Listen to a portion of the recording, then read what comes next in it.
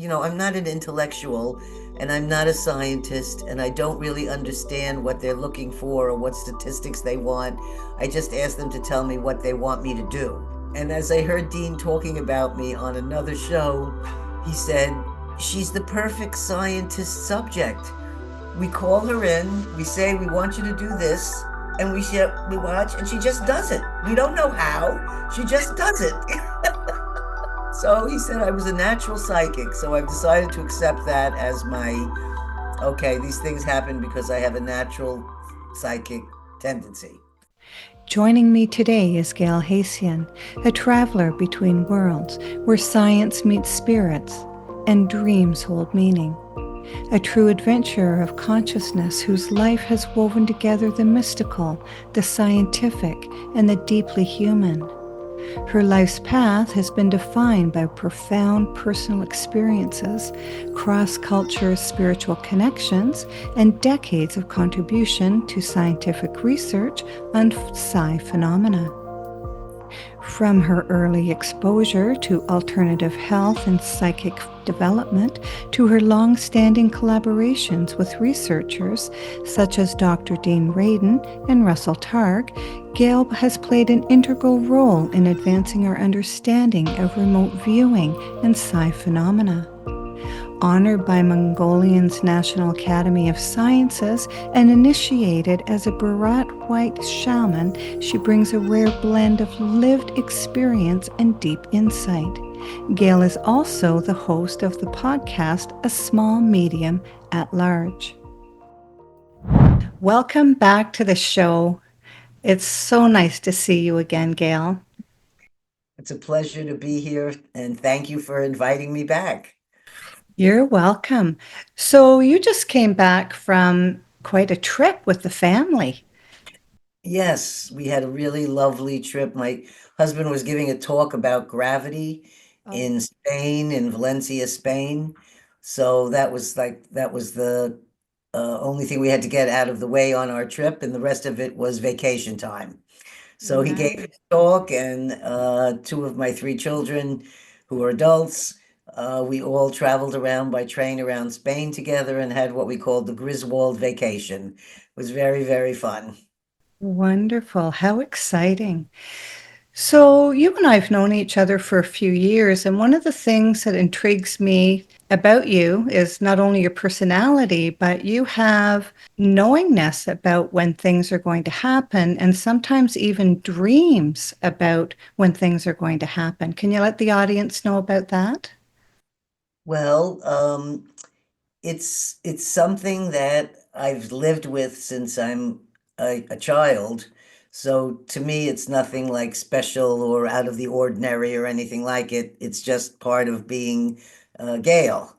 And what it is I seem to have come into this life with some sort of what some might refer to as psychic ability or the ability to have dreams that are precognitive that might, be telling you about the future. But it started at an early age when I was like 7, 8 years old, somewhere around then. I was having dreams that I don't know what they meant then, but as I've gotten older and you start to remember some of the things, they start to make sense later. But I would have dreams mostly more about knowingness about death. So I would like say I would see somebody in our family and I would just know that they were going to die soon. And there would be nothing like they weren't in a hospital or anything like that. It would just be a feeling and it would just be something. It's not something that I dwell on or something. It just sort of fleets by when these things occur. And I know the fleeting ones are sort of like a message of information. And so I had a lot of those different kinds of things like that.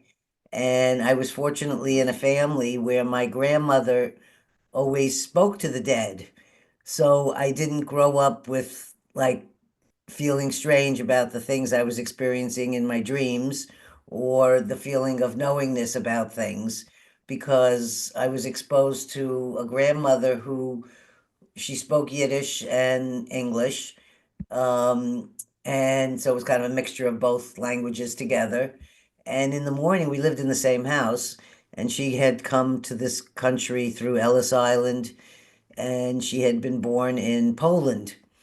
And apparently, she and other family members had been known for doing things like don't cross them because if they put a hex on you, you're going to be suffering, that kind of a thing.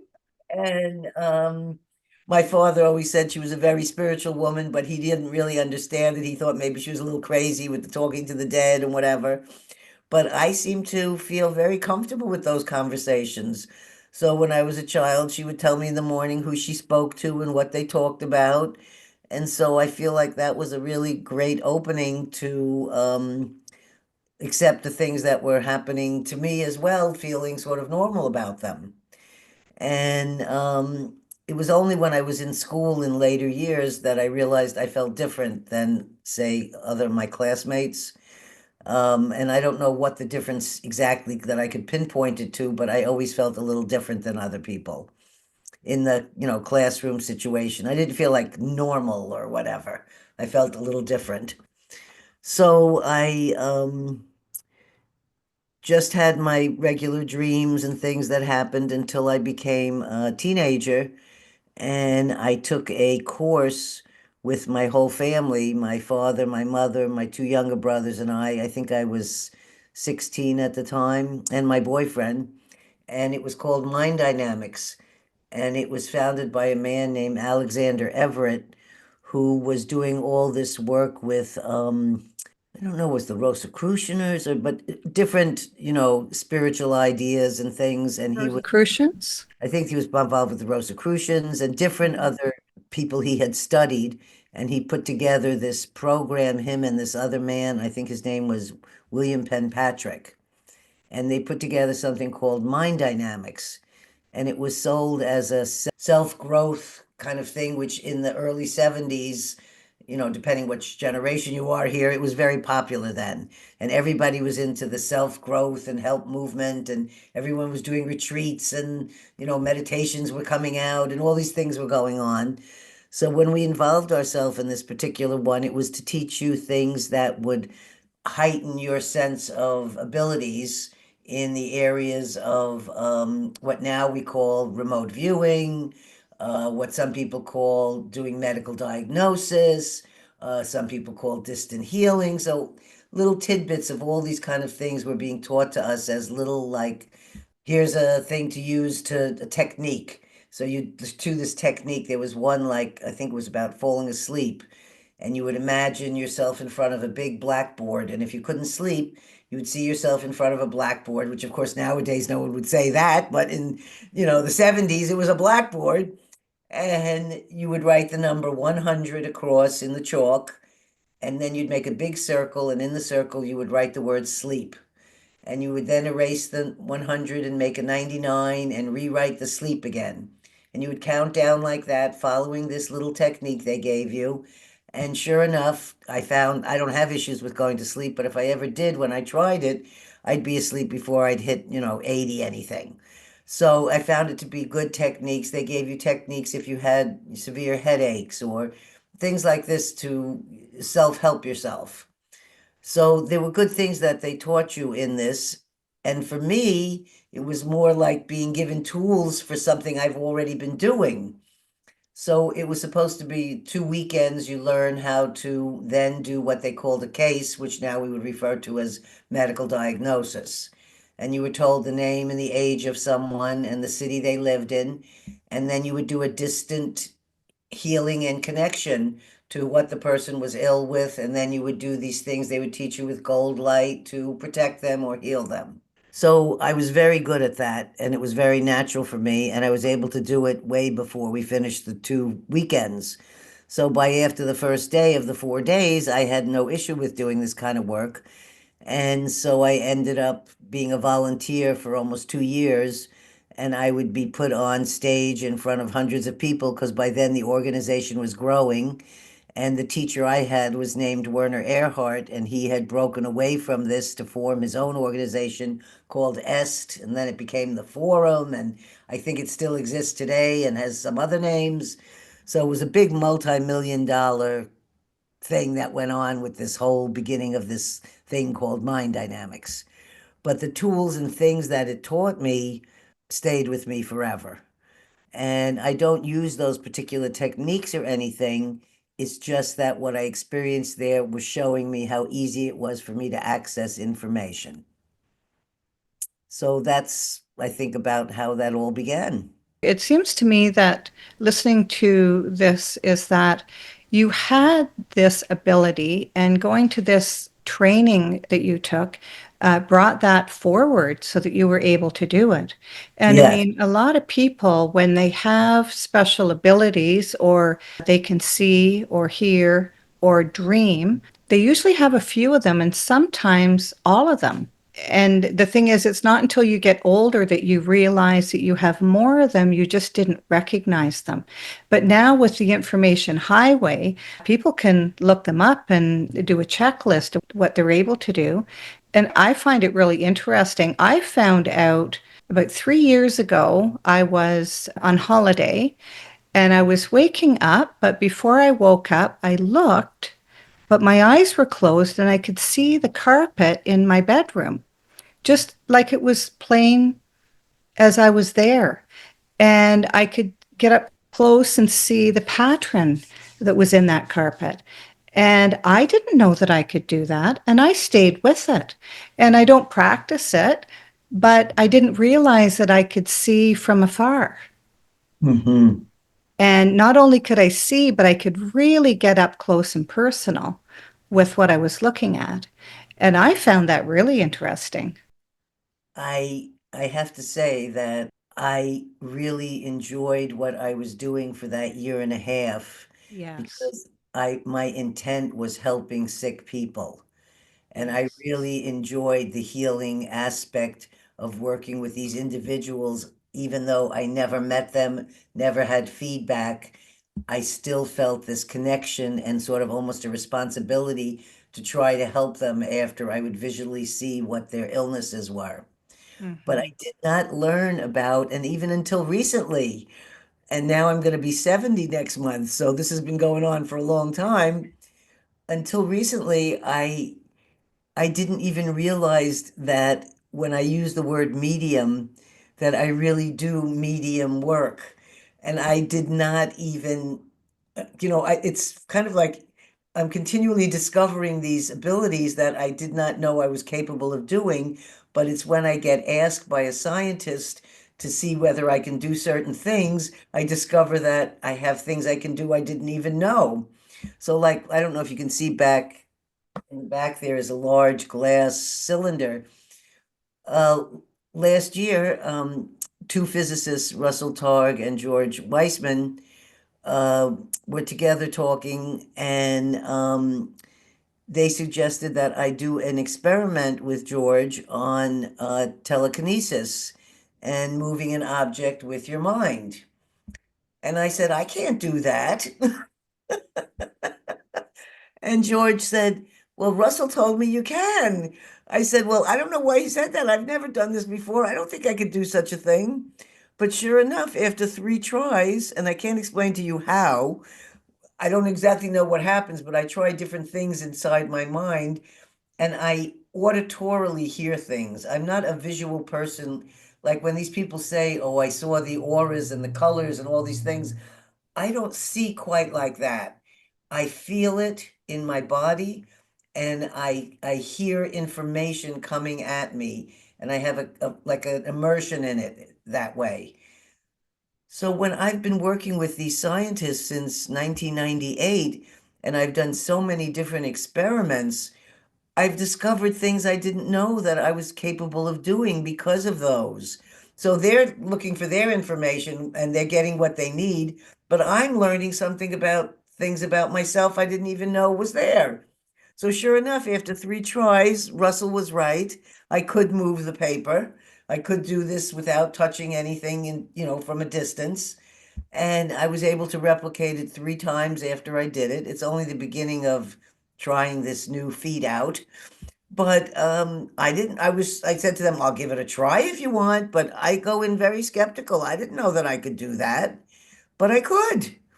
So And that only just happened this last year. So I've been learning many different things along the way that I didn't realize. When I started doing remote viewing for them in 1998, I never had heard of that term, remote viewing. And I'd been doing those sorts of things where I would I'd like to sit in this little chair in my bathroom when I knew family members that were sick or dying or needed help. And that's where I would sit and do my distant healing sort of work, or whatever you want to call this. And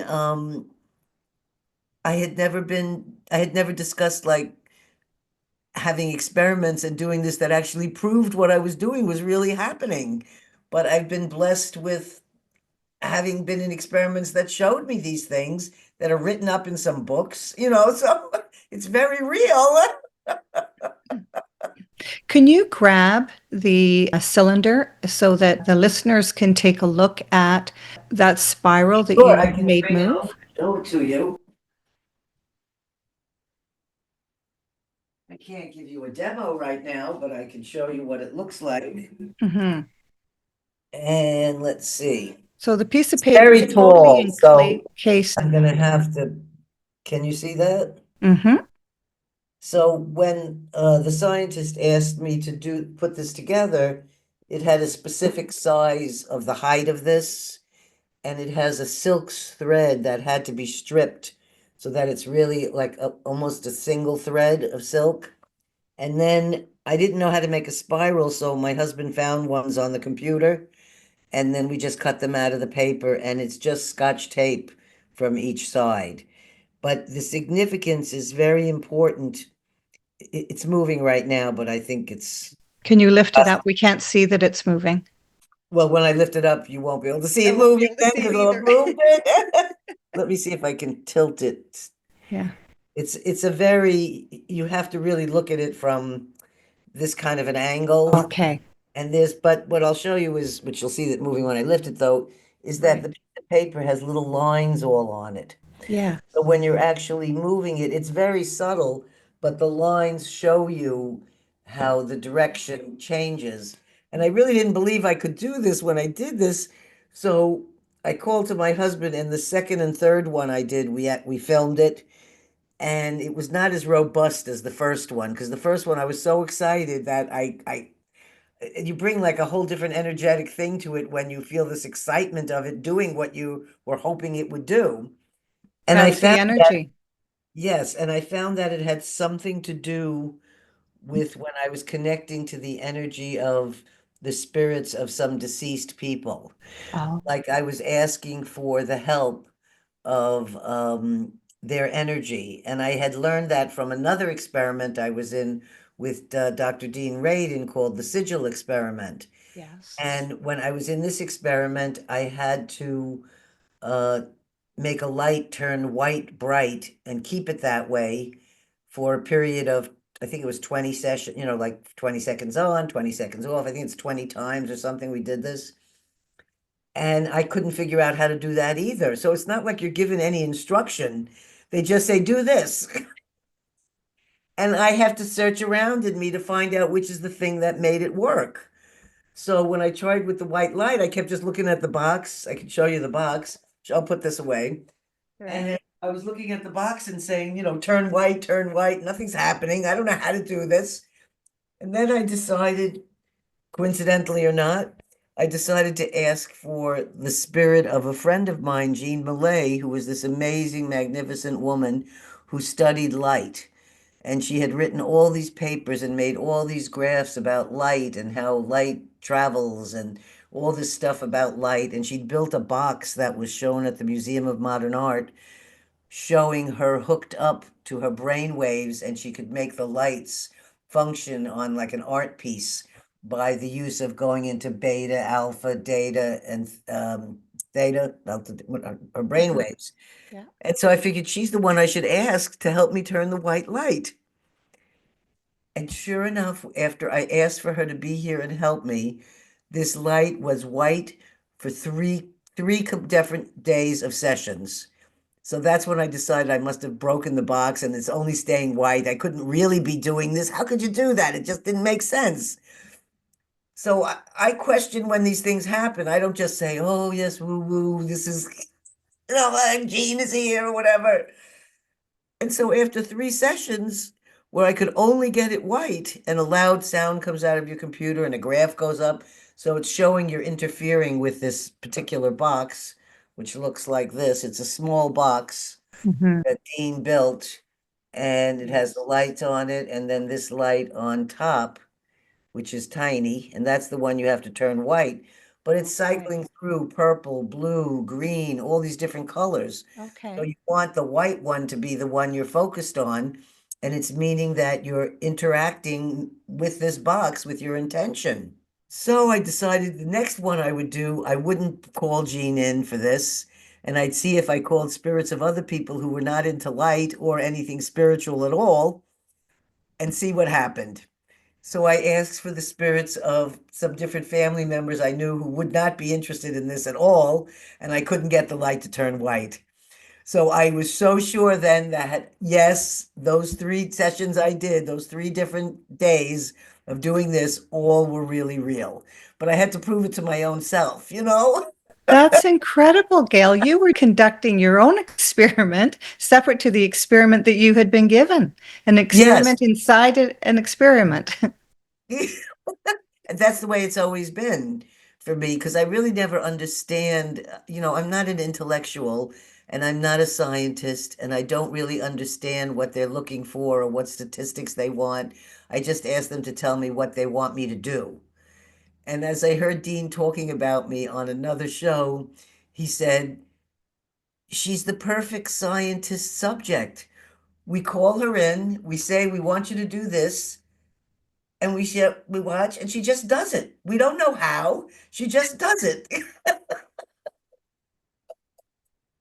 So he said I was a natural psychic. So I've decided to accept that as my, okay, these things happen because I have a natural psychic tendency or Yes. whatever.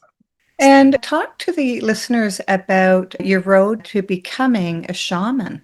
Well, I've had a lot of different hats, I realize, because I've never chosen one.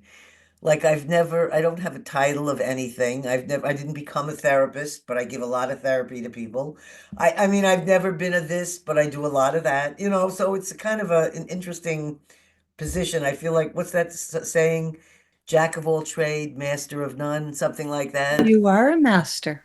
Well, I never think of it that way. So in 2000, early 2000, when I met this woman we were talking about, Jean Millay, I was also volunteering at the Institute of Noetic Sciences, and you know how everything comes together in a way. I end up meeting this woman, Dr. Ruth Inga Hines, who was an incredible woman of the knowledge of Asian shamanism in the world. She was a Berkeley professor. She was from Germany. She had come here after the war. She had an amazing life story, an amazing life, and she conducted these shamanic conferences. And I met her at the Institute of Noetic Sciences because I offered to give her a ride. She needed a ride to get there from Berkeley up to Petaluma. And we were asked to do a psychic experiment together. So I didn't know her. She didn't know me. I was put in a room. She was put in a Faraday cage. And we do this experiment, which had to do with I would be holding an object of hers and she would be in another room and I would say at certain times and it would be filmed different things about her that I was getting from the object. And it was such an incredible connection that that's where our friendship started. So she invited me to her shaman conference and said I didn't have to pay. I could share her room with her, just come to her conference. So I went to her conference and I got exposed in her 3 days. It was always the same time every year. And it would be all these shamans from all over the world. So you wouldn't just be getting exposed to, say, one shaman who came from Peru. In your 3 days, you'd have shamans from Peru, Laos, Vietnam, China, South America. So you'd be exposed to, and they would be doing their different ceremonial rituals. So you got exposed to all these shamanic things.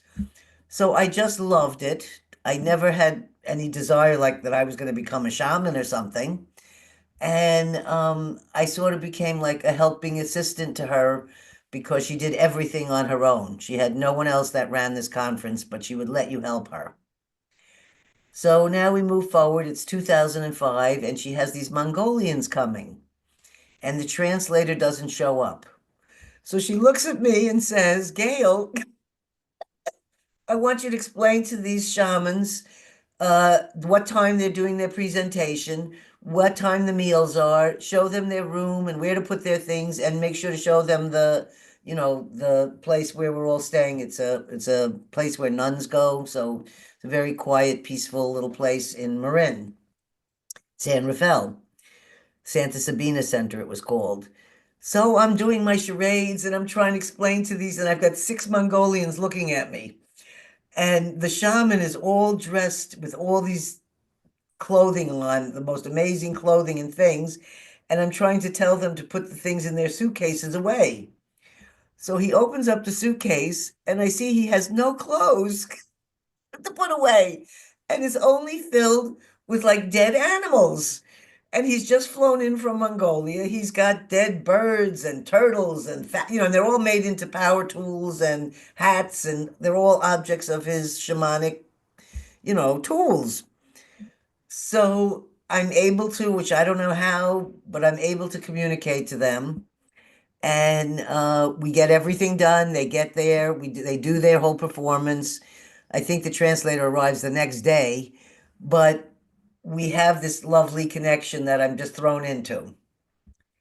I invite them to my home, which I often did after the conference. I would invite some of the different people to come to our house because I had a room in the back and we would have little small ceremonies there.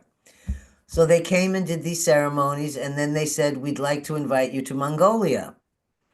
So I said, great, I'll come whenever you invite me. So in 2008, I think it was, I'm not exactly right on my years, but that doesn't matter to the audience.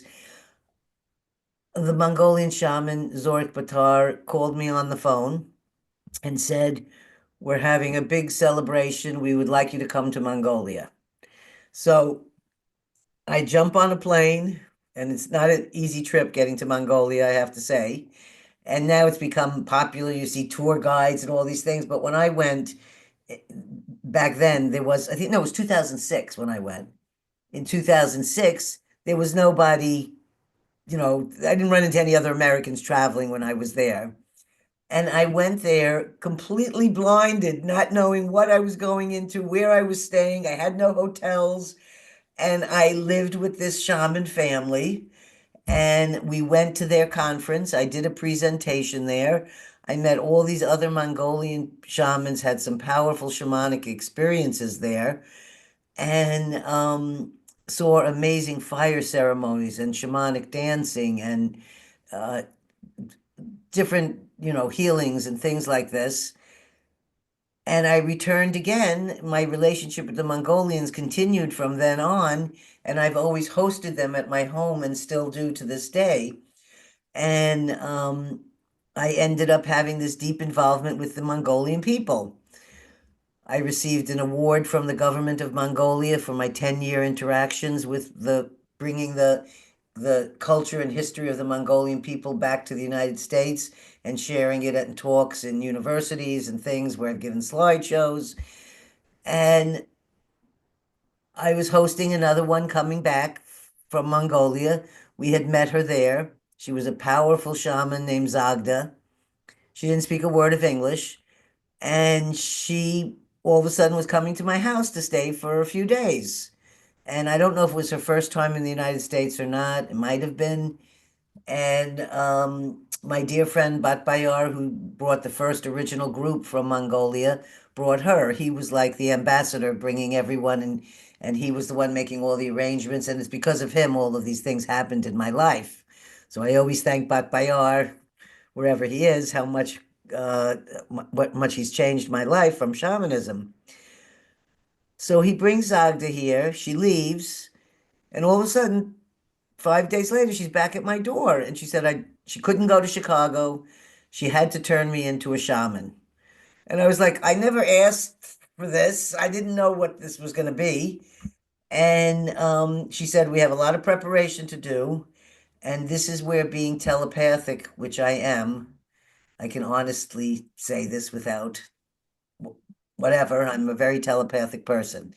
And I've understood now in other cultures complete telepathy when neither of us speak the same language. So Wow. that tells me something that I can't explain. Mm-hmm. But when you're telepathically connecting with someone, language is not the way you're doing it, at least for me. Mm-hmm. And we had to do all these things to prepare for 6 days for this shamanic ceremony.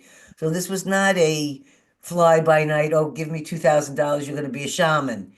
No money was ever asked of me, ever, and no shaman that I have ever worked with has ever asked me for money.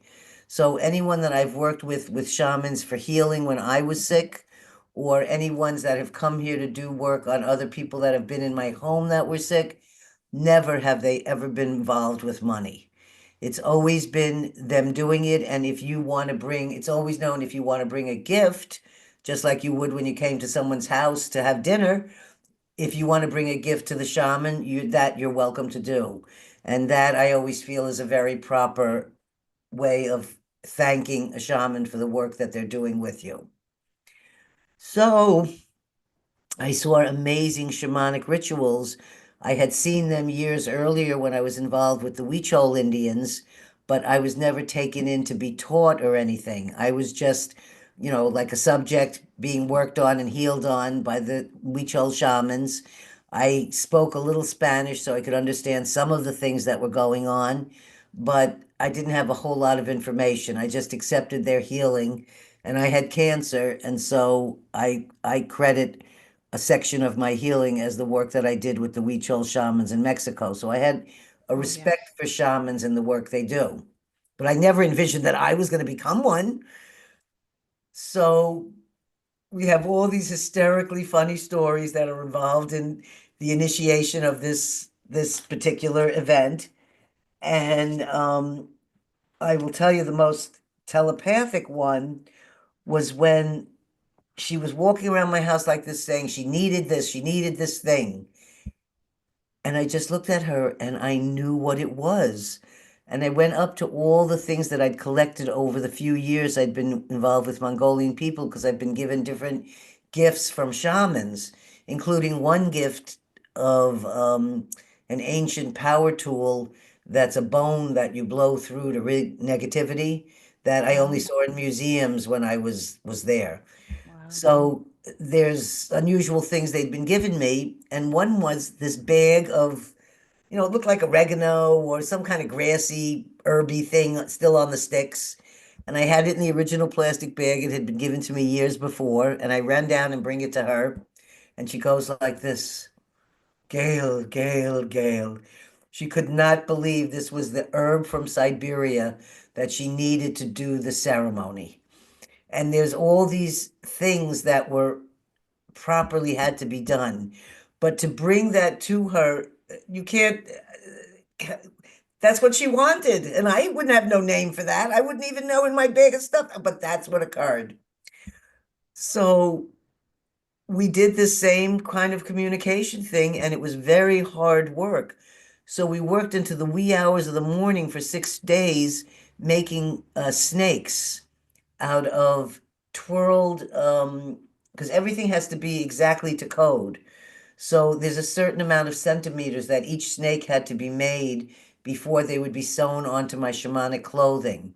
And the snake is representative of the messenger that's going to receive the information from the spirits, so that when you're doing your shamanic work, they're there as your helpers.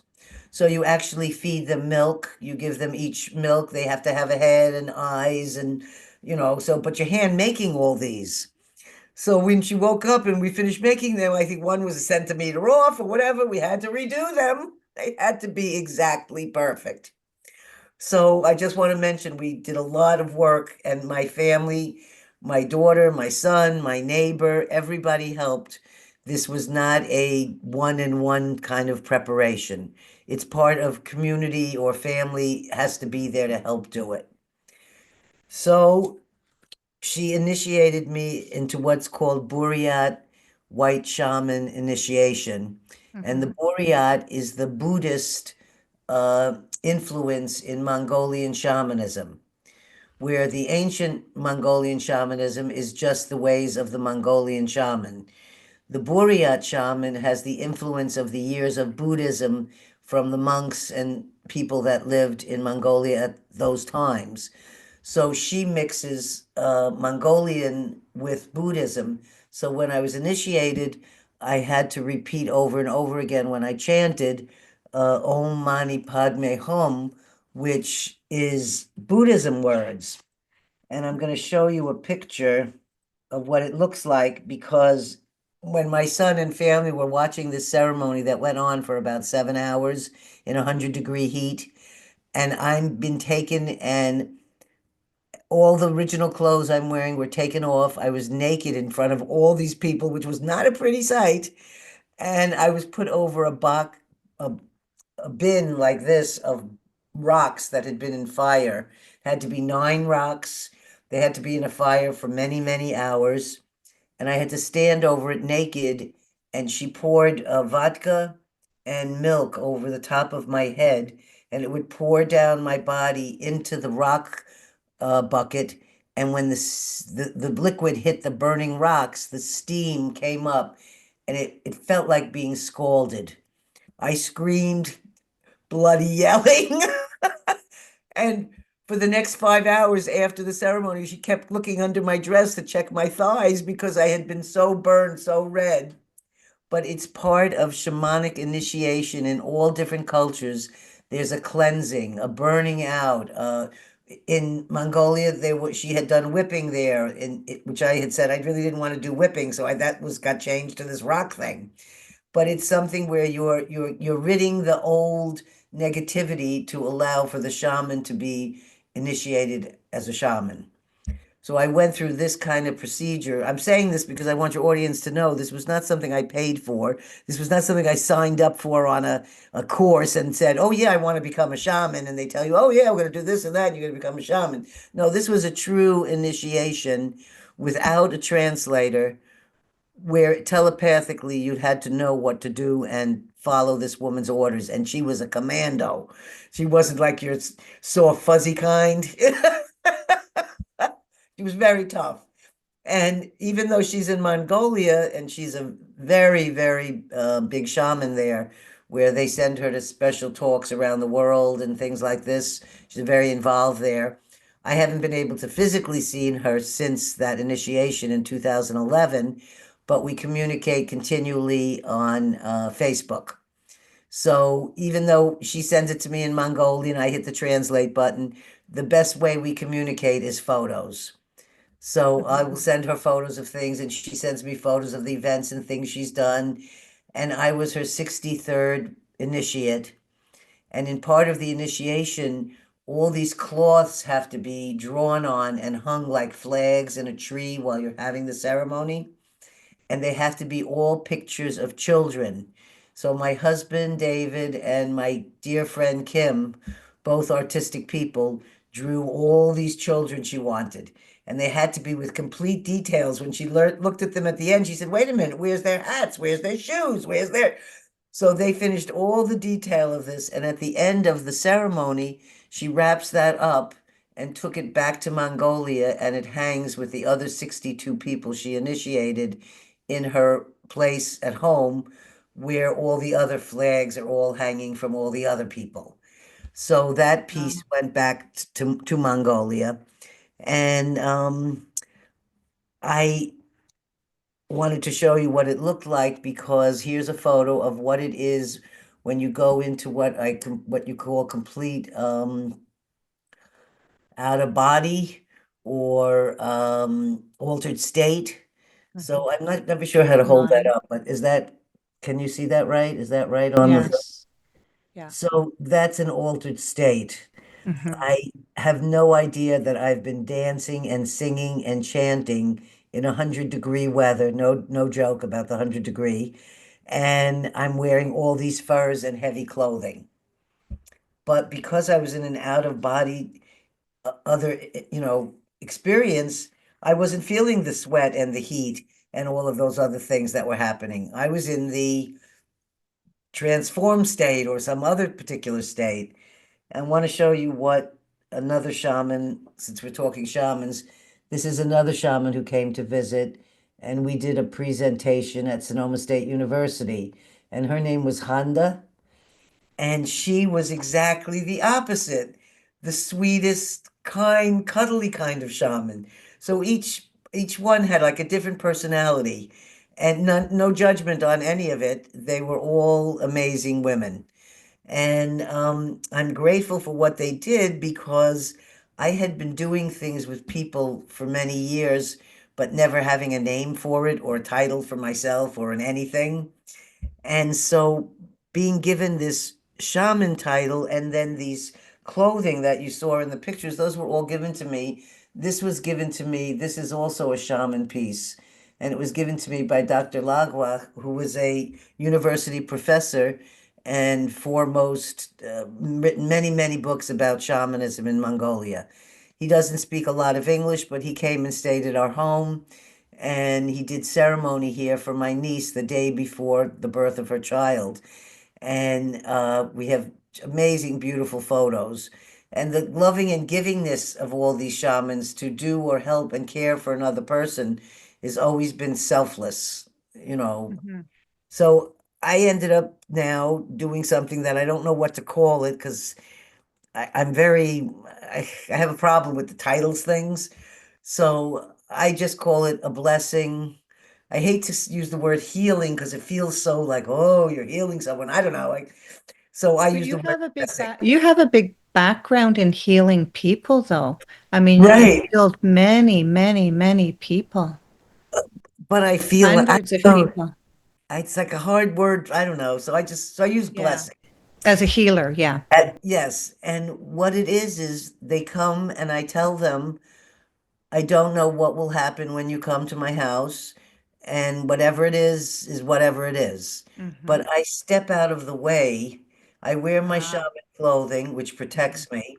Hmm. I step out of the way, and then I do whatever I hear the voices in my head tells me to do. Hmm.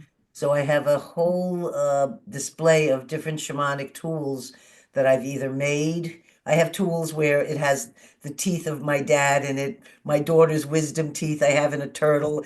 I have people's hair and parts of body things. I mean, I have things in that are very meaningful to me in these tools, Hmm. and I've, learned to make some of these power tools.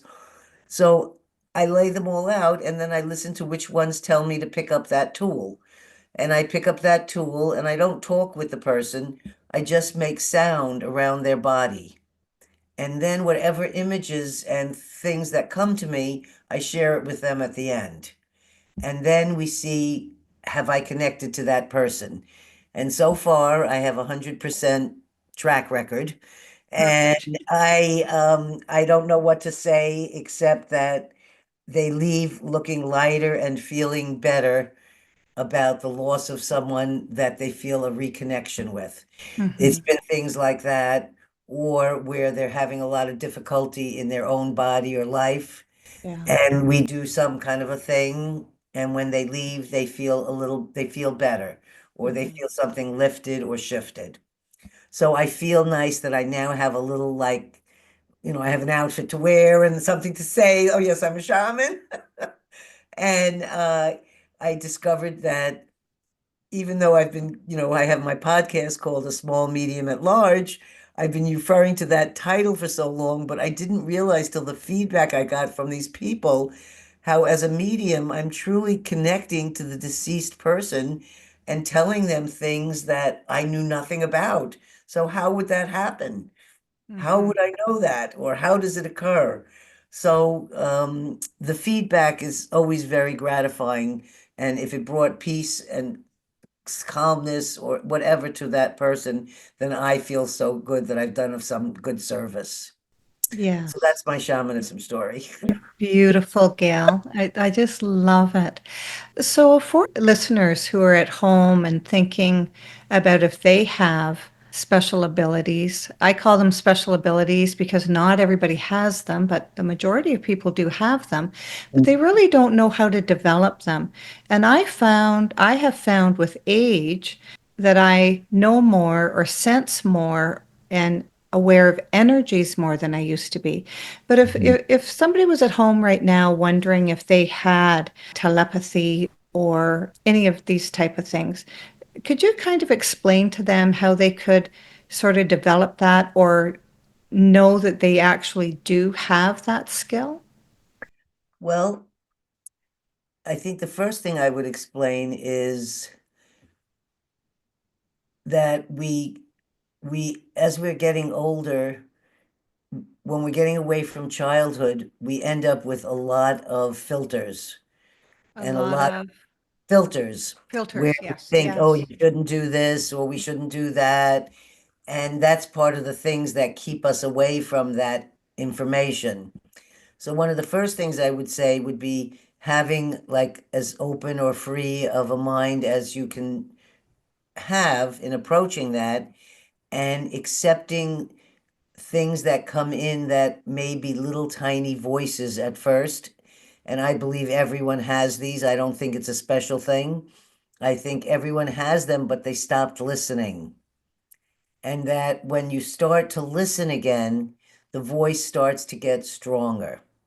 And when you start to not doubt it and have more of a, oh, yes, I'm not going to go down that street because my body just gave me a funny feeling in my stomach that I should take a left and not a right. I feel the more you follow that and the body and the mind, they're all working together, the senses, that will then develop this intuition connection that you need to remake with that part of yourself. I also think there's some wonderful website and people out there.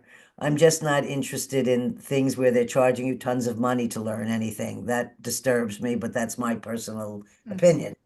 mm-hmm. Um, if they were to go to the Institute of Noetic Sciences website, they offer many, in fact, they're right now looking for people to study about telepathy, and they're in need of participants. But there's an incredible amount of offerings there from free lectures where you don't have to pay anything, but you can check out that person. And then if you want to spend $200 and do a course with them, you've already gotten a feeling of what they're like. And if that's the way for you to go, if you want to learn spoon bending or whatever the thing is that you might be drawn to wanting to do. I mean, I never believed that there was spoon bending. I thought that was another hoax or whatever. But then when I saw it happen and I did it myself, I realized, oh wow, that's a real thing. But Mm-hmm. part of the things is to be open, but to also be skeptical. Don't everything, then and I think that's very important. And then I think practicing things, simple things like if you're a mother and a child, you can practice telepathy with them very, very simply, where you tell them to go in another room and pick out something, and then you're going to sit down and tell them what you think that is. Or, you could play little games. There's something called GotPsi, GOTPSI. I don't know if it's a .org, yeah. And it's on the IONS Institute of Noetic Sciences website. And it's a place where you can run through many different games, they call them, but they're ways of training yourself in that area where there's ones where can you guess this, or it's exercises and you're seeing your results right there in front of you, and you can see yourself getting better as you keep playing these different games. The other thing I can highly recommend for anyone interested in the feelings about like remote viewing or wanting to see, the future that way, or precognition. So I'll push a punch here for my husband and Russell Tarr, because Russell Yes. Tarr created two. Well, my husband made the apps for him, but these are Okay. Russell's apps, and one is called ESP Trainer, Yes. and that's an app that has uh, four color squares. I'm looking to see if I can show it to you on the thing here. It has four colors, and you pick one of the colors, and it tells you, is there a picture behind it? So this one's a very good app that was used to train the military back in the 70s at Stanford. It was, of course, not on a phone. It was not like we have apps now. It was a big wood box. It had four lights on it, and they would have to push which one they think to see which color light would come up. Now they have it where you can see a picture behind it. And there's another app which is a little more detailed called Stargate ESP. And Stargate ESP looks like this, where you see four target pictures and you have a choice of two questions. Is there water? Is it natural? And you go through these 12 different possible questions and you pick what you think. And at the end, they tell you whether you've gotten the picture right or how how you've seen the target. But you're getting immediate feedback. And the way that you learn from this is that for me, especially the one with the squares. Oh, here's the squares, ESP trainer. Here's what the ESP trainer looks like. So the person will hit on a square. Oh, right, the first one I hit was a picture. So you don't know, but you go through 24 times hitting this little squares, and then at the end it gives you a score, ESP present, doing great, whatever, and you show that you can improve your skill there by practicing this. And what you learn from it, what it taught me, because I did this many, many years ago when they first created the app. I'm also a beta tester for these apps, is it showed me one days I'd say, I'm feeling really like in tune right now, like I could know anything. And then I go and play and I could see, wow, I got a really high score.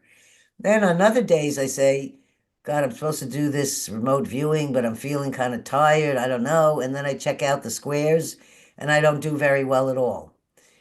There's a way of teaching me to know when I'm in a certain feeling inside, whether I'm going to be more in tune than at, say, at another time. Because I know there's these psychics and people that says they can do this all the time, 24/7, whatever. I don't find it that way. For me, it kind of comes up and down. There's times when I'm very, very in tune and times when I can't get any information. It's up and down like that. So it was a good tool to teach me that. And the other thing it teaches you, especially if you're a new person, I would say with this, squares like this, is you can see how your mind tricks you.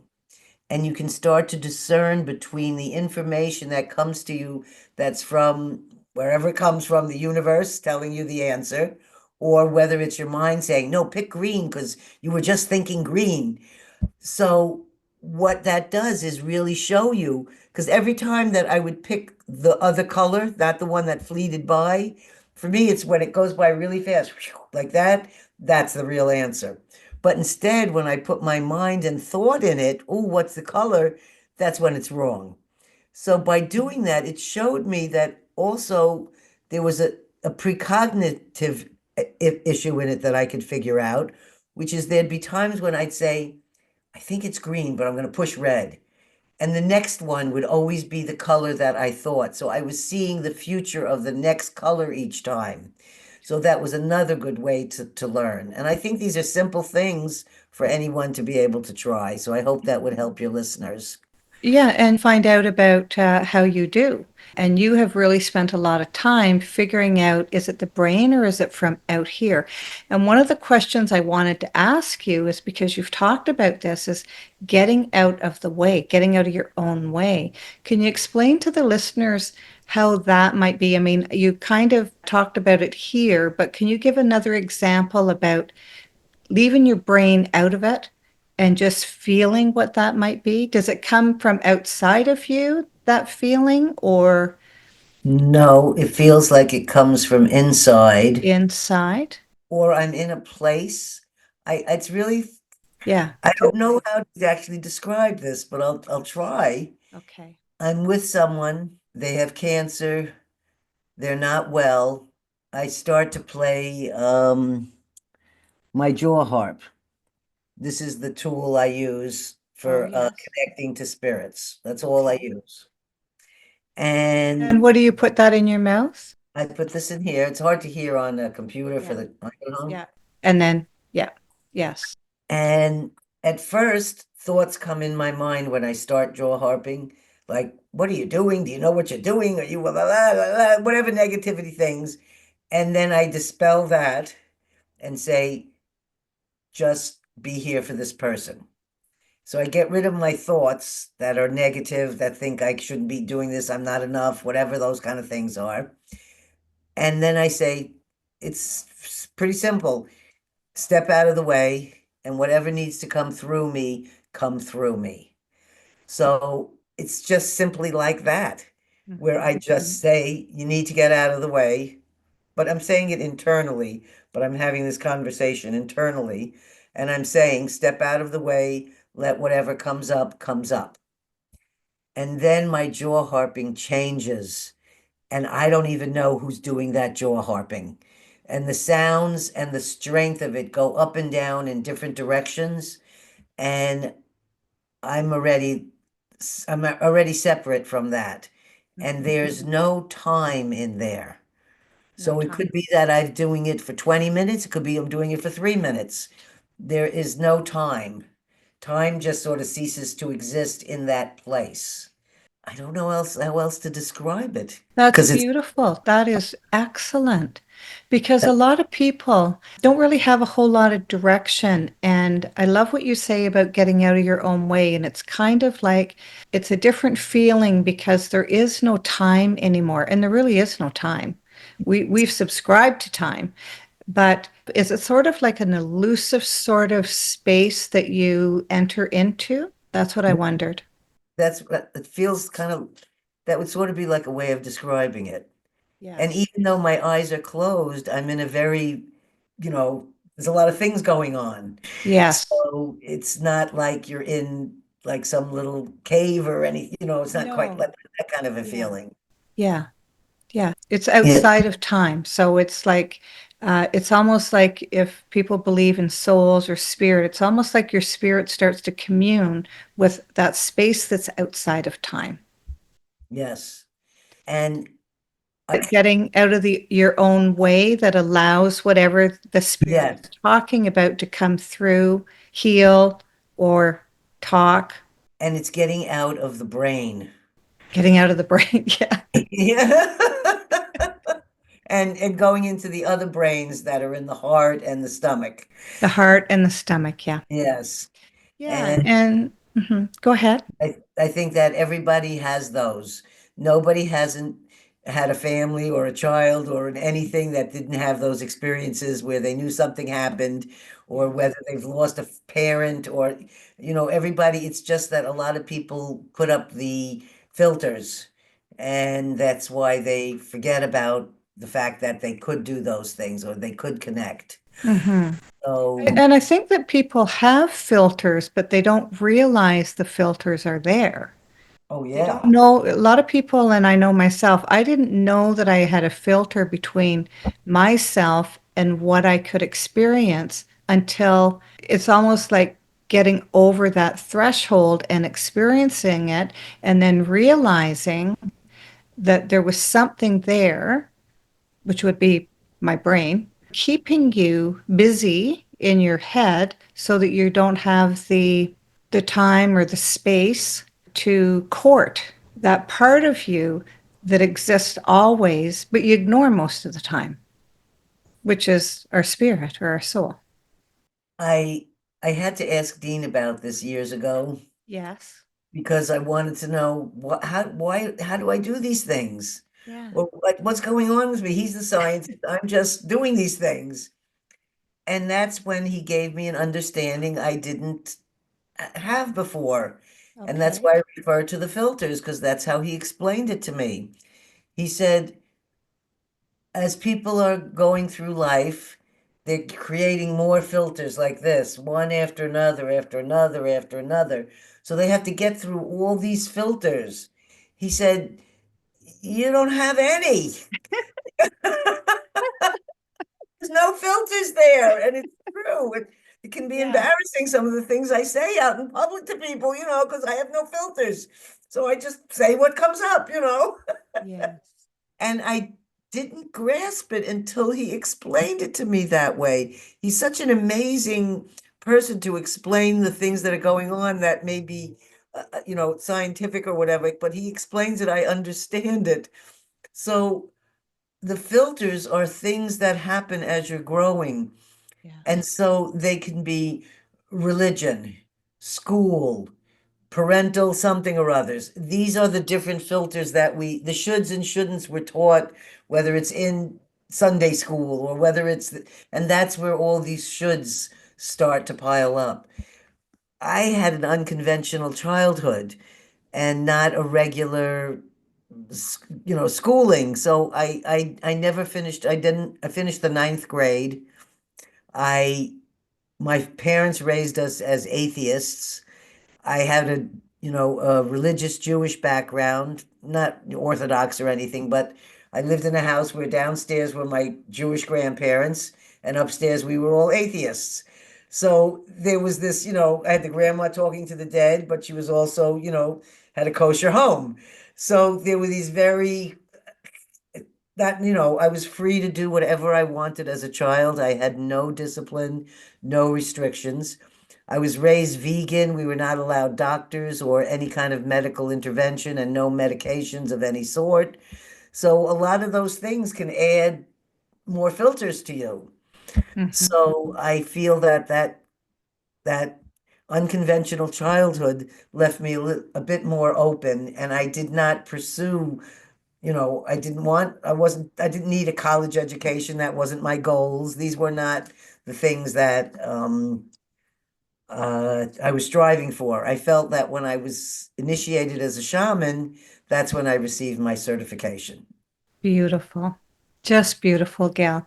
It's so wonderful to be in your company again and listen to you tell these stories. And that's what teaching is. It's the storytelling that goes down through time. And it also, I think, gives people hope that with their journey that they're on, because you're able to share an awful lot of information such a short period of time, and I see it as helping humanity. Well, that's very kind words, hard to take in, but it's the reason that I do my podcast. And Yes. I was never someone who even listened to a podcast or wanted to do a podcast, but somebody said, I was approaching a publisher about a book I had written that I hadn't published.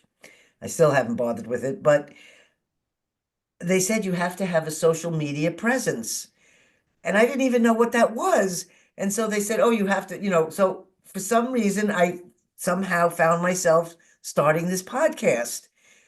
Well, 93 shows later, it was like my calling or something. Like it's a way for me to have a format to connect to people, and it doesn't matter whether 10 people listen or 10,000 or whatever. It's the few ones that get something important out of it that heals them in a certain way. I had one gentleman recently. I get these fans where they start watching all my podcasts. Yes, And perfect. I have one in Israel, I have one in Bulgaria, and in places around the world, and I get this wonderful connection. So I've now met physically at least half a dozen people that have been on my show, and we become friends. But I find that in reading their books and hearing their stories, there's so much similarity to all of it. And when they share their stories on these podcasts, people are hearing from the horse's mouth what it felt like or what the experience was. And I feel that there's healing in sharing stories. Oh, yes. So and every time I think, why am I doing this podcast? Why should I bother with this? What am I doing it for? I get an email from someone saying, thank you. Mhm. I thought the nightmares, I'm 75 years old, and for all my life, I thought my nightmares were some horrible thing till I listened to your person who talked all about angels. And I realize now that it was angels that were there, and I've been relieved of my nightmares now. Who knew? So it's not like I would know that him listening to that would do that for him, but how happy it made me to receive that information, to know it helped him in some way. Hmm. I'm as happy as could be as a podcaster. Yes. So it's a different way than the one-on-one where they come to your home or you do something with somebody.